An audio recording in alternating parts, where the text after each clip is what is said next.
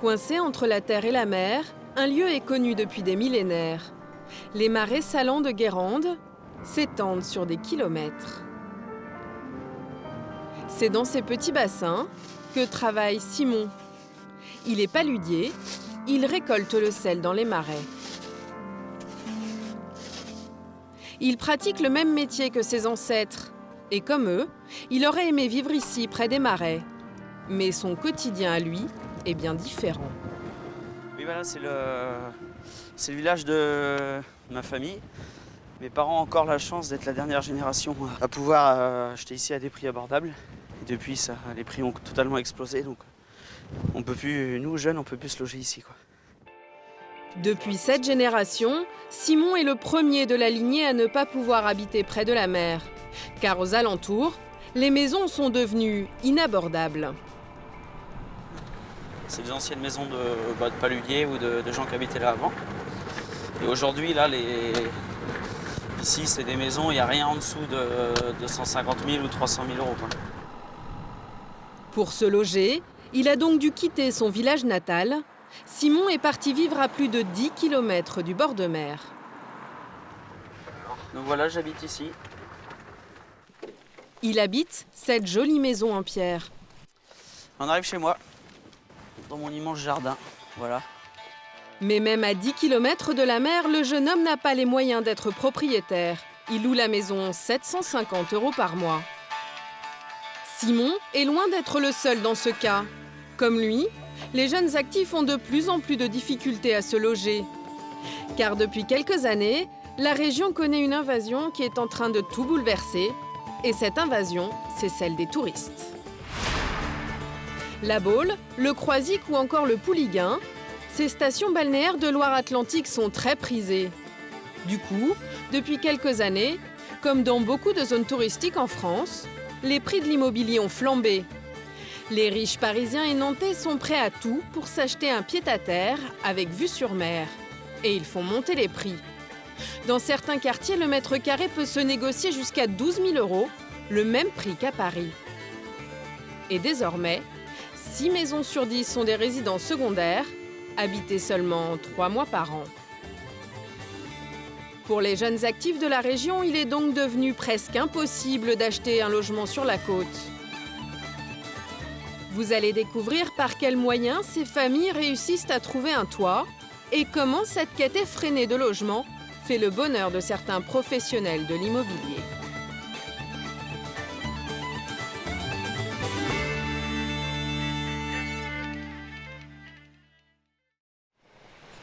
Dans la région, pour goûter l'air du large quand on a un petit budget, il n'y a qu'une alternative. Habiter sur un bateau ou ne pas être très exigeant sur son logement.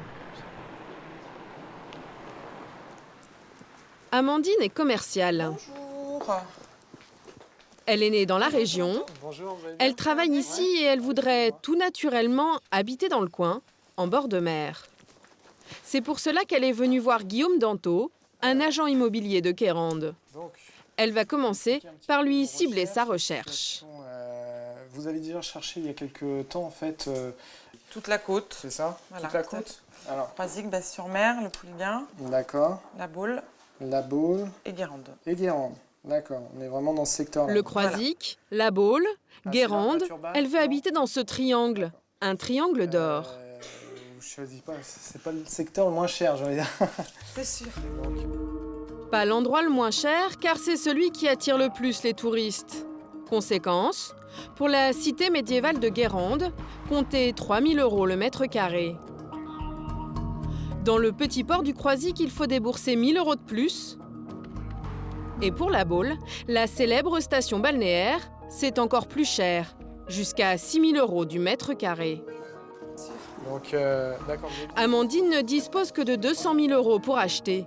Avec un tel budget dans cet endroit, la recherche va être difficile. Il n'y a quasiment pas d'offres dans la région. Ok. Bah, écoutez, ce que je peux vous proposer, je vais regarder. Mais entre la Baule et Guérande, l'agent immobilier lui a quand même déniché cette maison. Très bien. On va voir ça. Son prix, 214 000 € et il est négociable. Mais à ce tarif, Amandine va devoir faire quelques concessions. Sur la surface du séjour, il y a deux inconvénients, on va dire, sur cette maison, c'est les finitions et aussi l'emplacement, puisqu'on est quand même sur la route. Voilà, c'est les deux choses qui gênent. On va remonter ? En y regardant de plus près, la jeune femme va lui trouver quelques inconvénients. À l'étage, sur le mur de l'une des chambres, il y a de belles traces d'infiltration d'eau. Ici, il y a des traces d'humidité qui sont évidentes. Au rez-de-chaussée, la cuisine recèle une autre surprise. D'accord. Ici, deux toilettes dans la cuisine, un petit peu particulier. Ah oui. C'est une particularité de la maison, mais ne vous D'accord. inquiétez pas, il y a une autre toilette en haut. Et puis, en plein milieu du salon, il y a un poteau, bien encombrant. C'était peut-être la question. Ouais. Ah, donc ce bout-là, il faut qu'il reste. C'est D'accord. important. Avec ses 200 000 €, Amandine serait obligée d'habiter dans une maison avec des défauts qui nécessitent de coûteux travaux. Et elle n'est pas vraiment prête à faire ce sacrifice. Tout à l'heure. En ce moment, face à la flambée des prix, de nombreux couples ne peuvent plus se permettre d'acheter. Pour habiter sur la côte, ils doivent donc renoncer à devenir propriétaires et trouver d'autres solutions. La Baule et ses 9 km de sable fin. C'est dans ce décor de vacances que Katia et François habitent toute l'année. C'est qui? Quoi, tu veux jouer à Bois et Koala? Tu veux? Bon, Ah bah, tu sais, allez. c'est permis, hein, c'est pas interdit. Allez. Avec l'arrivée de Baptiste, leur deuxième enfant, la maison est devenue trop petite. Alors, ils ont décidé de déménager, mais avec leurs revenus, 3 000 € par mois, impossible Ça doit d'acheter. être, Ils se sont donc tournés vers le marché de la location. Ça donne, voilà en fait. Donc 70 mètres carrés puis 2 chambres. Donc, Oui, en plus. Le couple a épluché les petites annonces sur Internet et l'une d'entre elles leur a tapé dans l'œil. Alors voilà, nous on s'est arrêtés sur cette location-là. Maison récente à louer à l'année à la Baule, proche du centre-ville, comprenant salon séjour avec cuisine ouverte, aménagée, équipée, 4 chambres, salle de bain. Et le loyer, 1 037 €, correspond à leur budget. C'est exactement ce que recherchent Katia et son mari. Alors, ils vont très vite aller la voir, car des biens comme celui-ci, il y en a très peu sur le marché de la location. Katia et François ont pris rendez-vous sur place et les premières impressions sont plutôt positives. Ah oui, donc ça fait vraiment une sacrée surface de terrain. À l'extérieur, un grand jardin, idéal pour les enfants. C'est agréable. Ça vous plaît? Ah ouais, super. Ah vraiment, ça au-delà de mes espérances, enfin de nos espérances. Parce que vraiment, c'est très sympa. Et à l'intérieur, la maison est spacieuse, 100 mètres carrés en tout, avec un grand séjour. Donc un double séjour au sud, on va l'ensoleillement. À l'étage, 4 chambres. C'est exactement ce qu'il leur faut. 2 chambres qui sont celles avec des petits décrochés pour après vous aménager. François et Katia n'hésitent pas une seule seconde. Très bien. Vous avez sauté sur l'occasion là ou pas? Ah bah là oui, c'est même pas réfléchi, c'est oui on prend, voilà. On s'était fixé jusqu'à 1 000 €, mais bon, 37 € supplémentaires alors qu'on a quand même du terrain, une belle vue, on a 4 chambres. 4 chambres, voilà. C'est vraiment un bien, pour nous il fallait pas laisser passer quoi, parce que bah non, il y a pas d'offre. Voilà.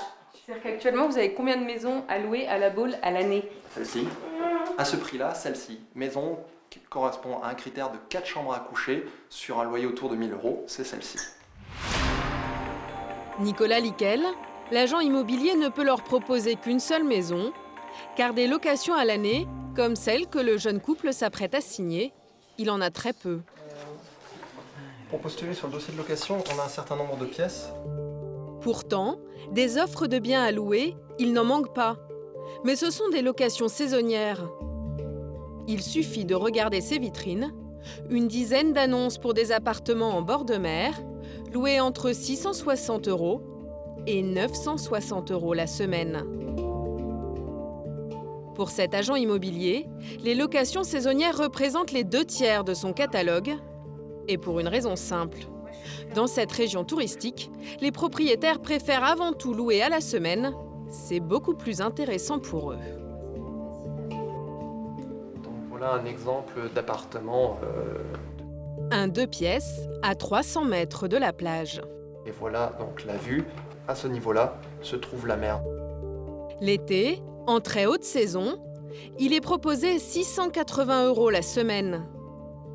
Loué un mois, du 15 juillet au 15 août, ce petit appartement va rapporter 2 720 €.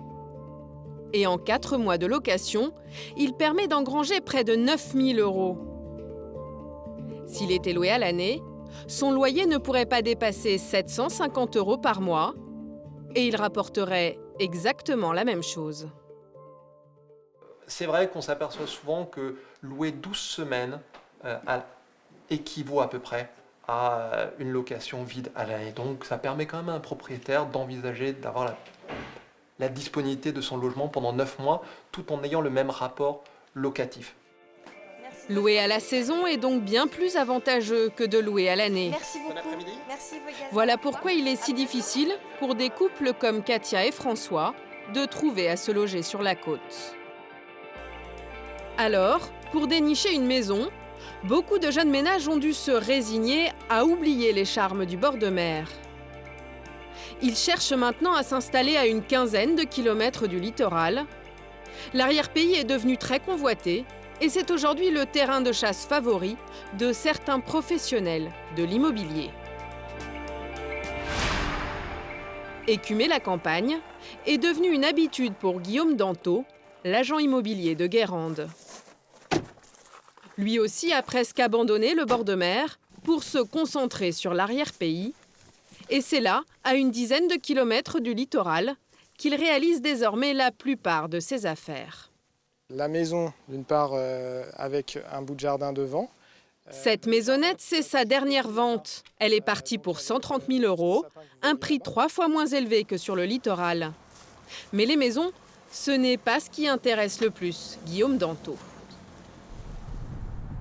Aujourd'hui, quand il traverse les petits villages de la région, il cherche autre chose. Il scrute les champs et les jardins. Car Guillaume Danto a une nouvelle spécialité, il vend des parcelles de terre. Ici, on a vendu plusieurs terrains. On a vendu sur la gauche. Là, ces 2 maisons-là, c'est nous. Ici, on a 3 terrains vendus. Un emplacement pour y faire construire leur maison. Voilà ce que lui demandent ses clients. Une demande qui ne doit rien au hasard. On a 2 accès possibles. Cet après-midi, un jeune couple est venu découvrir l'un des terrains proposés par l'agent immobilier. Assez facilement. D'accord. Nous, voilà le terrain. 450 mètres carrés, dans un endroit très bucolique. Céline et Patrice semblent intéressés. C'est vrai qu'il est tout en long, ouais. mais par contre c'est vrai qu'on voit bien le soleil qui est là et puis, Ouais. effectivement si on a une vue dégagée derrière, nous ça nous va, c'est pas mal. Ouais, c'est pas mal. Ouais. Donc, là, je veux dire, Une vue dégagée, des arbres, un cadre idéal pour leur future maison. Le couple a fait ses calculs. Acheter une parcelle pour bâtir sa maison serait la solution la plus intéressante. Aujourd'hui, donc on préfère avoir nous une maison récente qui soit aux normes d'isolation d'aujourd'hui, qui consomme moins en électricité, et puis un petit peu une maison à notre goût qu'une maison déjà existante, qui est un petit peu plus ancienne, qui engendrait des coûts de chauffage plus élevés, quoi. Et avantage supplémentaire, ils ne paieront des frais de notaire que sur la valeur du terrain seul. Ce sera donc moins cher. Plus confortable, on se sent plus chez soi. Pour avoir la maison que l'on veut, tout en limitant les coûts, le mieux c'est de faire construire. Cette conclusion, de nombreux ménages l'ont faite. Et comme il est impossible de trouver du terrain sur la côte, tout le monde cherche dans l'arrière-pays. Résultat, le prix des parcelles s'est envolé.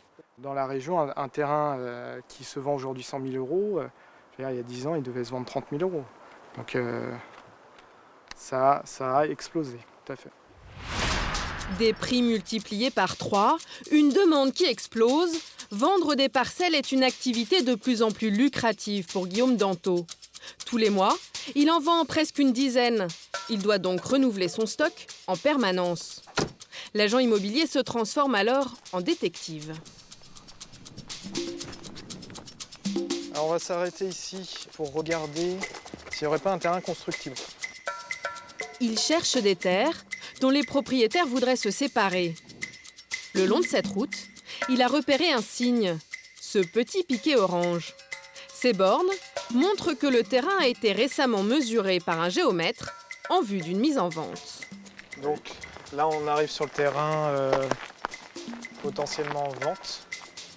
Le terrain est grand, bien exposé, assez plat pour y bâtir une maison. Exactement ce que recherchent généralement ses clients. Mais reste à savoir à qui cette parcelle appartient. La question que je me pose, c'est est-ce que la maison, c'est son jardin ou pas? L'agent immobilier commence sa petite enquête de voisinage. Un travail plutôt ingrat. La porte reste fermée. Il tente alors sa chance à la maison voisine. Bonjour madame. En fait, j'ai repéré ce terrain qui a... Vous savez pas du tout? Je ne saurais pas. D'accord, Alors là, d'accord. non, mais moi je suis même pas du coin, donc je vais pas pouvoir vous renseigner. D'accord. Au revoir madame. Une fois sur deux, Guillaume Danto repart sans avoir pu récolter d'informations. Mais quand il arrive à dénicher le propriétaire, c'est bien souvent très payant. Ce jour-là, Guillaume Danto a le sourire. Il vient de décrocher un mandat de vente pour un grand terrain situé à 400 mètres des remparts de Guérande. Un emplacement très prisé normalement.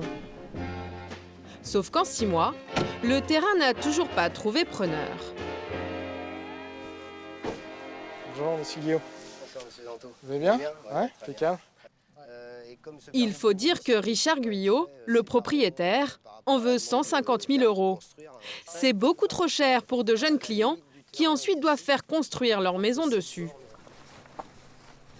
Alors Guillaume Danto va tenter une solution. Il va convaincre le propriétaire de le couper en deux. Chez le voisin, par contre. Si on le sépare en deux, forcément on divise le terrain et le prix en deux. Ce qui nous amène à un prix net pour vous de 75 000 € pour chaque lot. Et pour nos acquéreurs, il faut comprendre qu'on va arriver à un projet global à moins de 200 000 €. Et là, mettez-vous à leur place, une maison à moins de 200 000 € neuve, proche des remparts, c'est quand même beaucoup plus attractif que ce qu'on présente aujourd'hui. Donc l'idée, c'est d'avoir une offre attractive qui va se vendre. En même temps, 2 parcelles vendues, 75 000 € chacune. Pour le propriétaire, c'est l'assurance de vendre vite et de toucher la même somme. Si on divise en deux, après que le budget soit réparti.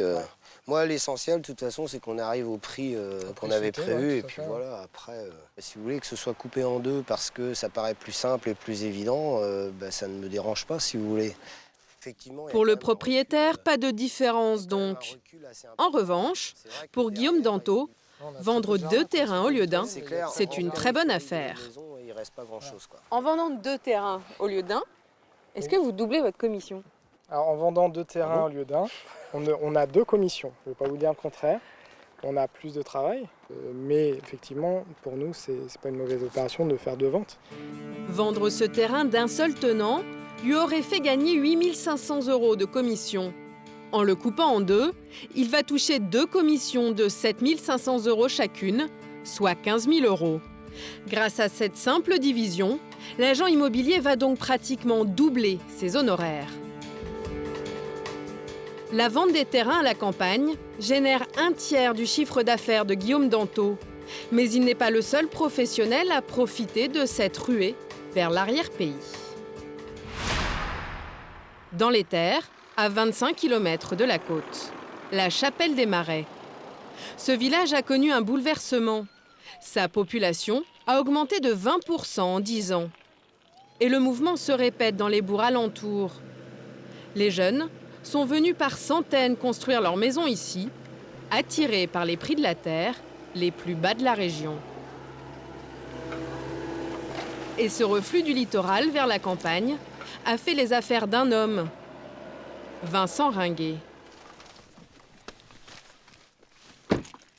Ce directeur commercial travaille pour le plus important constructeur de la région. Donc là, voilà, ça c'est la première tranche, la première partie des 43 maisons. On en a livré pour l'instant 9. On va livrer 3 autres dans 3-4 mois. Des quartiers comme celui-ci, il en a fait pousser dans tout le secteur. Et voici ce qu'il a vendu pendant des années. Bonjour. Des pavillons standards, livrés clé en main aux acheteurs. Là, il y a tout, c'est-à-dire qu'il y a les revêtements de sol. Alors là, le client nous a demandé tout. On va même pousser, quand on dit tout, on pousse jusqu'à mettre l'antenne télé, la boîte aux lettres, tous les peintures, les plaintes, les revêtements de sol, tout y est. Hein. On est parti sur une prestation complète. Tout ça est facturé 180 000 € aux clients et génère 10% de marge. Vincent Ringuet pourrait donc être comblé à un détail près. Ces maisons sont encore trop chères pour les jeunes ménages les moins fortunés, ceux qui font leur premier achat et que l'on appelle les primo-accédants.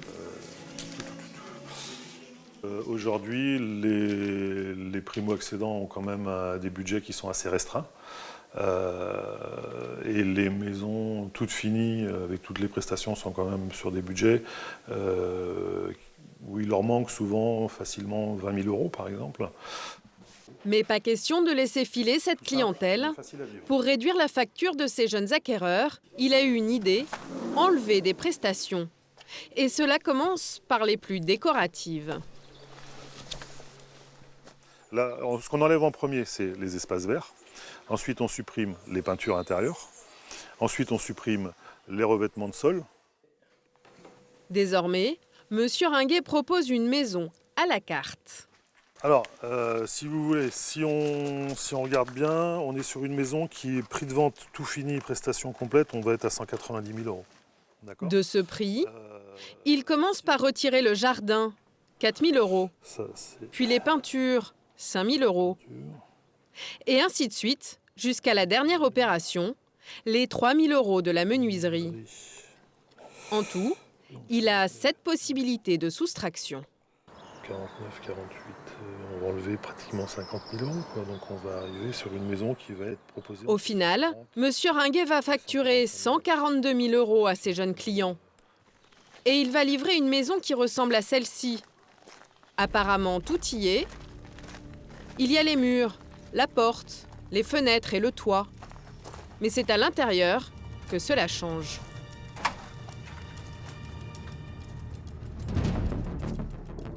La maison est une coque vide.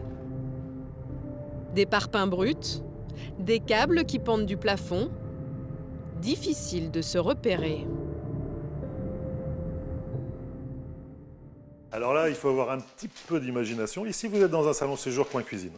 Voilà, tout ça. À côté, dans la maison, ici, on a la possibilité de faire une chambre et une salle d'eau, sa salle d'eau privative, de plein pied. Certes, le client a économisé 25% sur le prix de la maison, mais il n'y a pas d'isolation, pas de plancher, pas de plomberie, pas d'électricité, rien. L'acheteur va devoir tout faire, un travail titanesque. Quelqu'un qui va le faire tout seul le soir en débauchant et tout ça, il en a facilement pour 6 mois, quoi. Il faut vraiment être un très bon bricoleur. Voilà, c'est pas donné à tout le monde. Honnêtement, moi je me vois mal personnellement me lancer dans ce genre de choses, quoi. Aujourd'hui, un pavillon sur 15 est vendu dans cet état. Et pour de plus en plus de jeunes actifs, c'est désormais le seul moyen d'accéder à la propriété, bien loin des rêves d'une maison avec vue sur la mer.